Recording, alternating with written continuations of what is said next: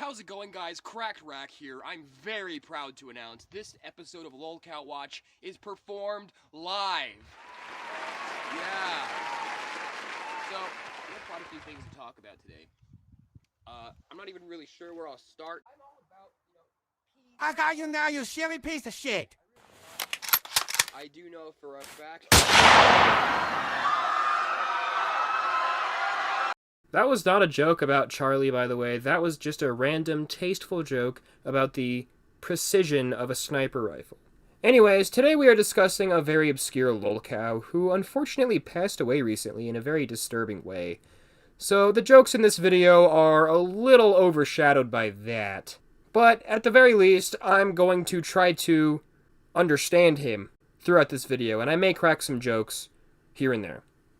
Hopefully it wouldn't offend him or his family. It probably will, but that's not the intent at all. So anyways, who in the motherfuck is Joe Winko?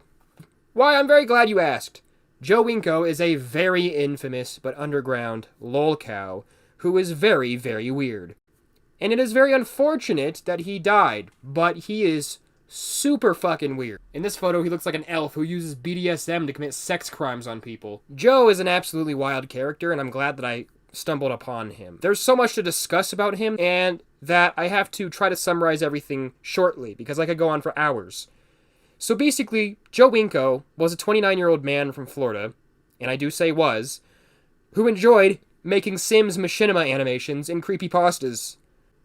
Yeah, he made creepypastas. He made an Ed, and Eddie creepypasta. And he also was absolutely obsessed with Ed, and Eddie, which was the kids' TV show, if you don't remember.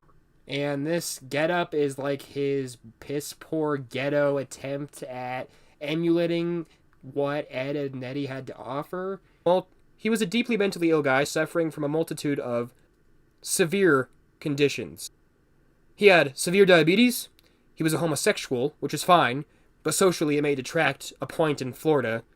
You know, he probably got harassed or bullied for this. And he also suffered from severe autism.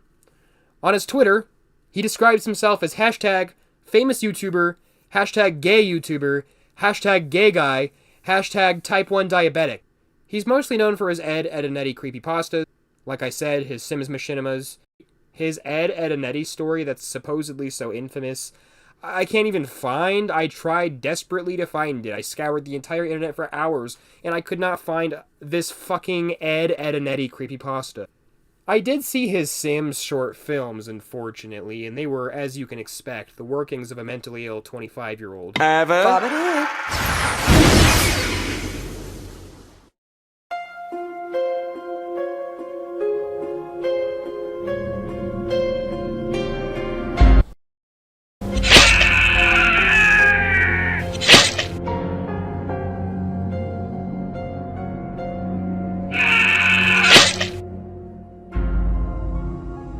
But they're not real.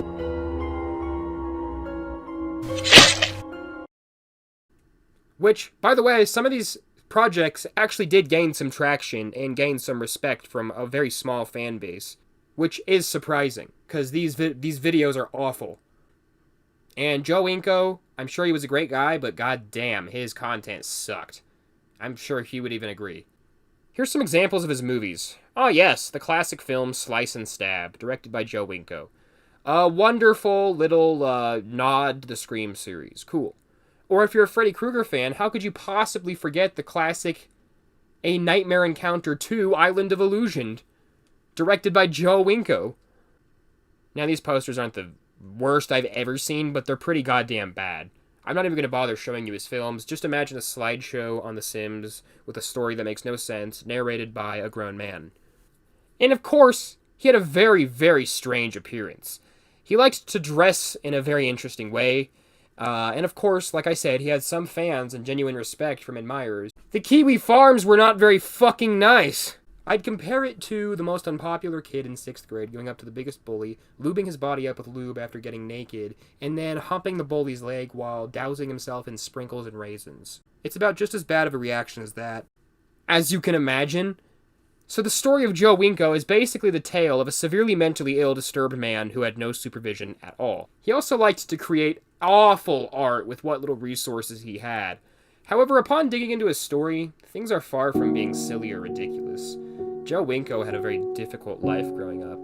Like, so difficult, it may make you want to cry if you're more empathetic. Winko was born to a mother who was only 14, and she ended up taking her own life with an overdose shortly after Joe was born. Like I said, she was only 14 when she died. Then his disgusting piece of shit father tried to drown him in a sink to death, which caused the issues that Winko would later take his own life for. Then, he had to live with an adoptive mother who was a severely controlling narcissist. Then, after that, his father was arrested for the sink drowning incident and sentenced to life in prison because he had successfully drowned Winko's brother, who I hadn't even discussed. And then, he was himself life ended in prison, all at age 21. Wow, that is an incredibly messed up, miserable, fucked up life, and I'm sorry it was how you had to live. And unfortunately, Joe decided that because his kidney failure, which I didn't even mention, and other health issues were going to take his life soon, he thought he'd just take his own life himself. So he had the awful, awful idea to put sodium nitrite in water, which, if you don't know, sodium nitrite starves blood cells of oxygen. It makes it impossible to have oxygen, so even if you breathe, you're dead. You're suffocating. So he chugged the glass of water, then viciously taped a gas mask to his mouth so that he would suffocate and would have no ability to spit anything out. And it worked very fast. In like a couple hours, it was done, and he passed away after filming the whole thing. And he also put a bunch of YouTube videos out there through scheduling after his passing so that we can get some of his weird messages. What will heaven be like for Joe Winko? After Joe Winko dies, Joe Winko shall go to heaven. Joe Winko had been here before in his dreams. In heaven, Joe Winko shall no longer be held down by the limitations of a physical body, but Joe Winko shall forever appear as his best self, exactly as Joe Winko wants to. So this is absolutely awful and disgusting, but it's also one of the few times a Lolcow actually thrived being a Lolcow. His time online was seemingly the highlight of his life, and the negative interactions he had with trolls only fueled him. So yeah, that is the extremely sad and disturbing story of Joe Winko, a Sims Machinima creator and Ed and Eddie fanatic who found himself taking his own life to dodge the pain his biology had in store for him. Some falsely came to the conclusion that his status as a Lolcow caused his, well, what happened. But that's very unlikely. He enjoyed the attention he got. So yeah, that's all. Thanks for watching. See you guys.